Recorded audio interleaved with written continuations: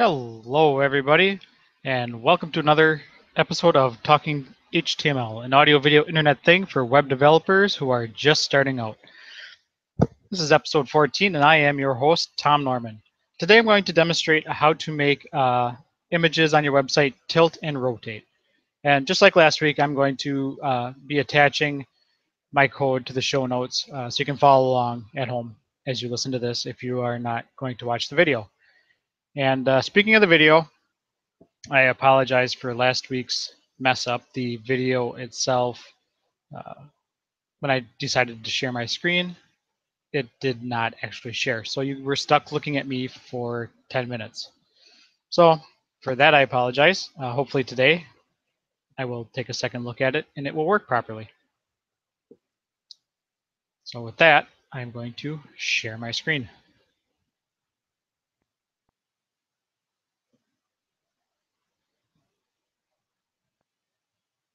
Hopefully I didn't make you sick with the mirror image of myself going through a tunnel.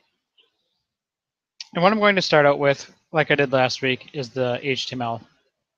And quite frankly, there really is no HTML involved with this demonstration other than, you have your basic HTML head. Here I have style with my CSS in it, closing style, and then I have my body. Quite frankly, I don't need the header, and I don't have a footer. Basically, all I really need is the body to show you, to demonstrate. And here I have an image. Source equals the location of the images with an ID of wood. And the ID of wood came from, it's a fireplace, is what the picture is, I believe. It was used for a website I had done a couple years ago. And this is fairly straightforward. You're going to have two areas of CSS, one with the ID, so ID wood, and then the image with ID wood hover. So you're going to have your ID and then your ID hover. With the hover, so basically when you mouse over your image, you're going to have a rotation. You're going to have rotate, and then in parentheses here, or in brackets here, you have whatever you decide you want it to be. Here I have 360 degrees, so it is going to be in a complete circle. And then associated with that, as you can tell, I have Moz transform, rotate 360, WebKit transform, and then transform. I have Moz and WebKit here. For those of you who may not know, this is to make sure that the Mozilla browser, Firefox, will use transform. Transform is the general term to make the image rotate. And here is WebKit. WebKit is going to be like your Google and stuff. Anybody associated with who uses the same code to make their browser as Google. And then transform, this is the basic verbiage that you would use. So in theory, with HTML5 going forward, as browsers kind of share their information, like the code for the browser stops being proprietary between like Mozilla and Microsoft and Google, you should just be able to use transform in theory and get rid of the Moz and the WebKit. But rotate 360 means it's going to be going in a complete circle. So for the image itself, not on hover, you need to have it, if you don't have it go 360, if you don't have it do a complete circle, let's say you do 180, so it just flips upside down, you have to have some way to make it move so you can see it move. If you don't have this 0.8 seconds ease in out, it would just go, as soon as you hovered over, it would just snap. It would snap 180 degrees. It would not slowly rotate. So what that looks like, to give you an idea,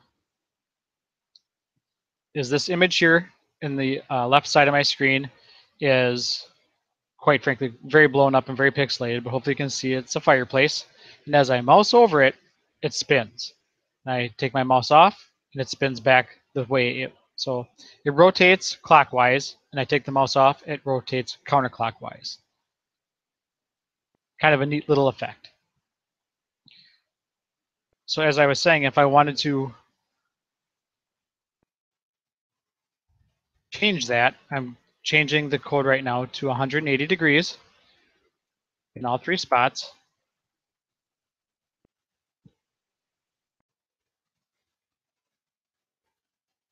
Save my work. And now, as I hover over this image, it should just spin halfway around or all the way around, which means it probably didn't save. Well, you get the idea.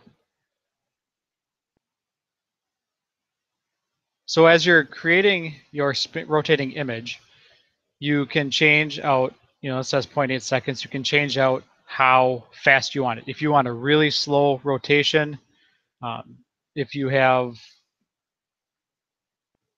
I'm not sure what you would necessarily be rotating that you would want a super slow rotation. But if you want a really fast rotation, you just make the number higher, or you make the number lower. If you want a slower rotation, you would make this 1 second, or 0.9 seconds, or 1.2 seconds. And ease in, out, ease dash in dash out is what you're using.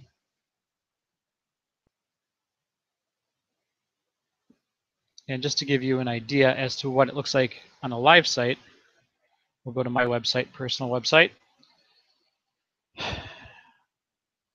And here you see all my content and stuff. And to the right of my content is my image, picture me.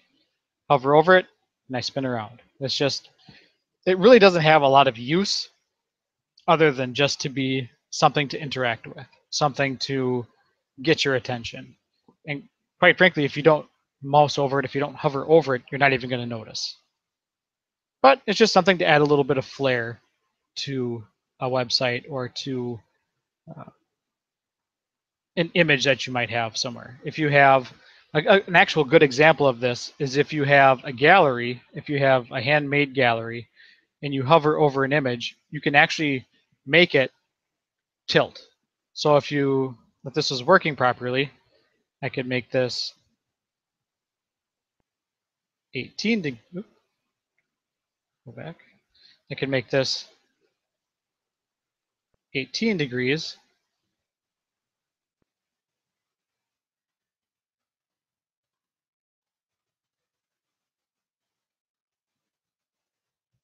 Try to save that.